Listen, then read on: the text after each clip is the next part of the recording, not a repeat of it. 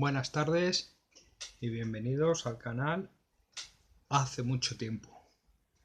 Bueno, voy a hablar en este vídeo, como continuación de los vídeos anteriores, acerca de las regencias. Hablábamos de la muerte de Fernando VII en el año 1833, ¿vale? La ley sálica, la pragmática sanción, etcétera.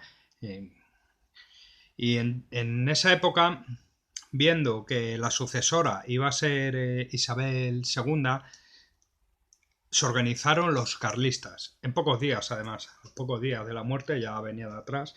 Y lo primero que vamos a ver es los orígenes del carlismo. El carlismo, ese movimiento político que tiene sus orígenes poco atrás, en el siglo XVIII. En aquella época que estaba en pleno auge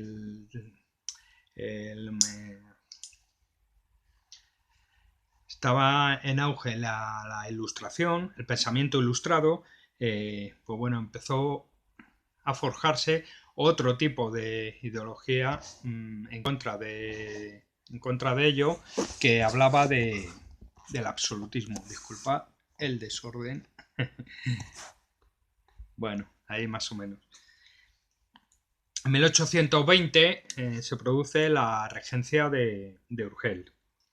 Ese episodio, en 1820, ese episodio en el cual los ultrarrealistas, los absolutistas más ultras, se organizan intentando un asalto, un golpe a las instituciones para instaurar una monarquía más de tinte absolutista, ultra.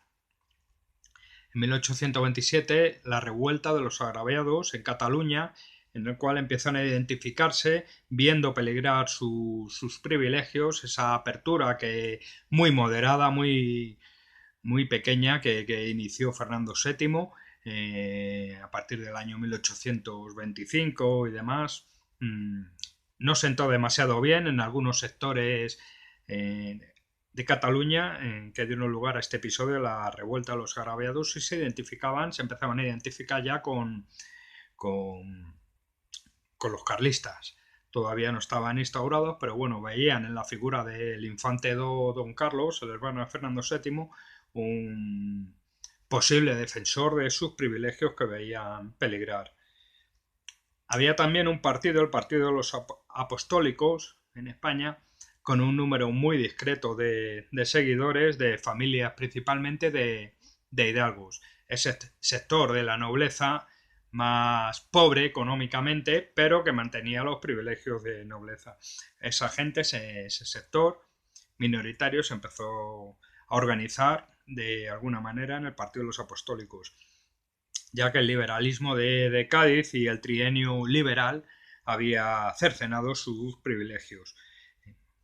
Don Carlos aglutinó los principios de Dios, patria, rey, jueces y defensa foralista. ¿Vale? De ahí que ese movimiento tuviera mucha fuerza en Navarra, en Guipúzcoa, en Vizcaya, en Álava, principalmente en Cataluña también, que tenían una serie de privilegios fiscales que emanaban del medievo, y no querían perderlo. El liberalismo pues atentaba contra ello, y por ello empezaron a identificarse también con los carlistas. Estos primeros carlistas pretendían sobre todo y presionaron para instaurar la ley sálica, no reconociendo la pragmática sanción, de la cual dudaban de su legalidad. La base social del carlismo, ¿qué lo formaba? Pues lo formaban principalmente labradores, vasco-navarros, catalanes, levantinos de la zona del Maestrazgo y del Bajo Aragón. Y era también una confrontación entre el campo tradicional y la ciudad más liberal, que es donde estaban los grandes focos del liberalismo, las grandes ciudades. Vale. A partir de aquí, pues hay que explicar las etapas de las guerras carlistas.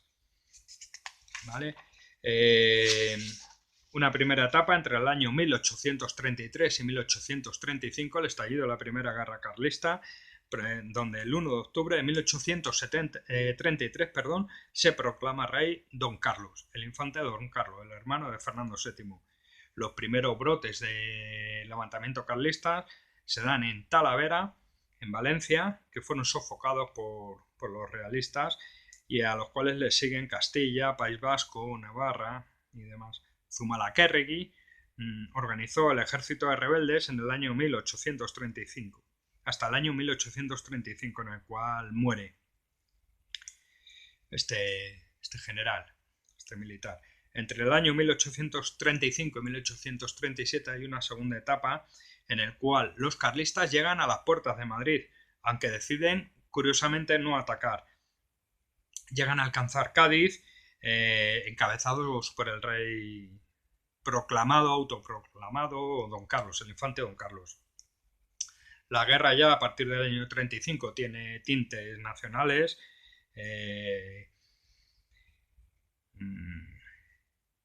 y cuando esto se extiende de tal manera que bueno, ya es una guerra nacional, una guerra civil, Espartero se proclama general del ejército cristino, ¿vale? Del ejército que defendía la monarquía y la regencia de Cristina, de María Cristina. ¿Vale? El Ebro se mantuvo durante mucho tiempo en esta segunda etapa del carlismo, de la guerra carlista, como la frontera del Ebro hacia el norte.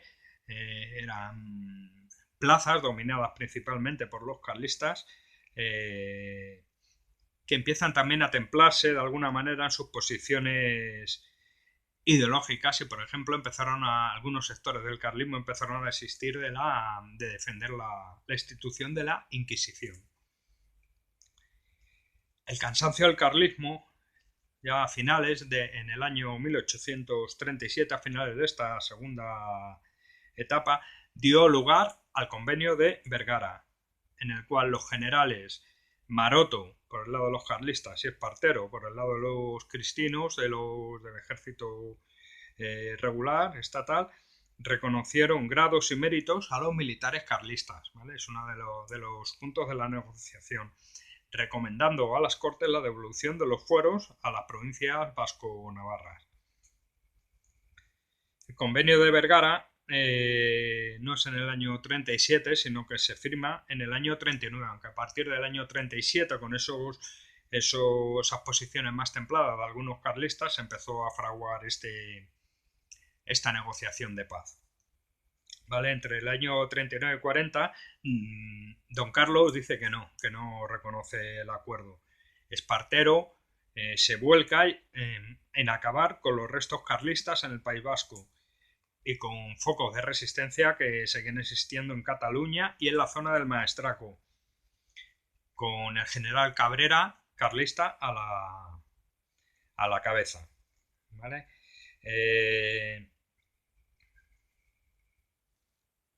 Finalmente, el general Cabrera y gran parte de sus tropas cruzan la frontera, el Pirineo, y pone fin a la primera guerra carlista, convenio de Vergara y el doblegamiento de los últimos focos de resistencia carlista y de los restos del ejército carlista que encabezaba el general Cabrera. En el año 1846 y hasta el año 1849 se produce la Segunda Guerra Carlista. Hubo unos intentos de hacer un arreglo matrimonial entre la regente María Cristina y el infante Don Carlos, pero este último no aceptó por cuestiones ideológicas. Él defendía otro tipo de una posición totalmente opuesta a la regente. Y esto da lugar a que se levanten nuevas partidas carlistas. En Cataluña hay levantamientos carlistas en el año 46, en Valencia y en Toledo en el 47. En Cataluña se avivan y se extienden esos levantamientos carlistas entre el año 48 y 49. La tercera guerra carlista en el año 49 nuevamente son sofocados esos últimos focos carlistas. En el año 1854 el carlismo durante todo el siglo XIX estuvo activo de una forma más viva, de una forma más apagada, pero a veces participaba también de las elecciones y con fuerza intentando imponer su ideología durante todo el siglo XIX. ¿Vale? En esta tercera etapa, entre el 54 y en el 56, hay unos nuevos levantamientos en la zona del norte de España y se considera la tercera guerra carlista.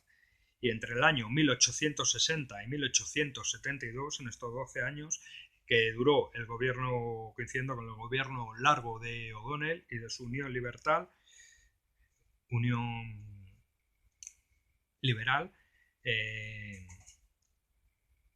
se produce el arresto del conde de Montemolín, Carlos VI, ¿vale? Y su hermano Fernando, cuando intentaban introducirse en España.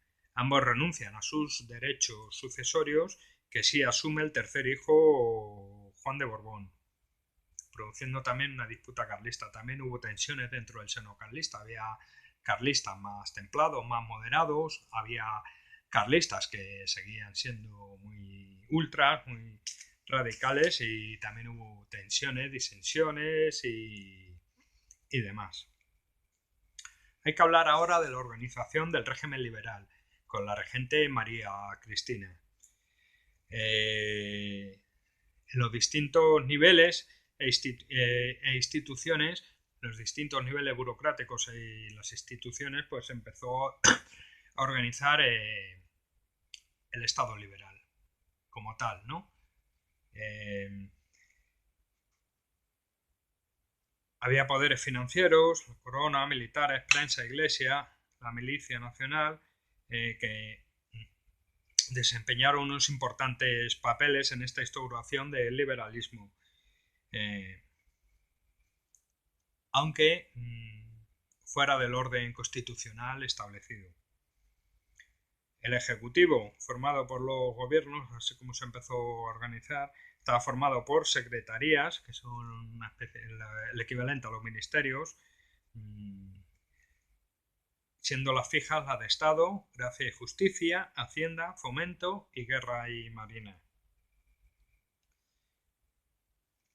Luego estaba el Consejo de Ministros, la reunión de ministros se llamaba, cuyo presidente era el ministro de Estado.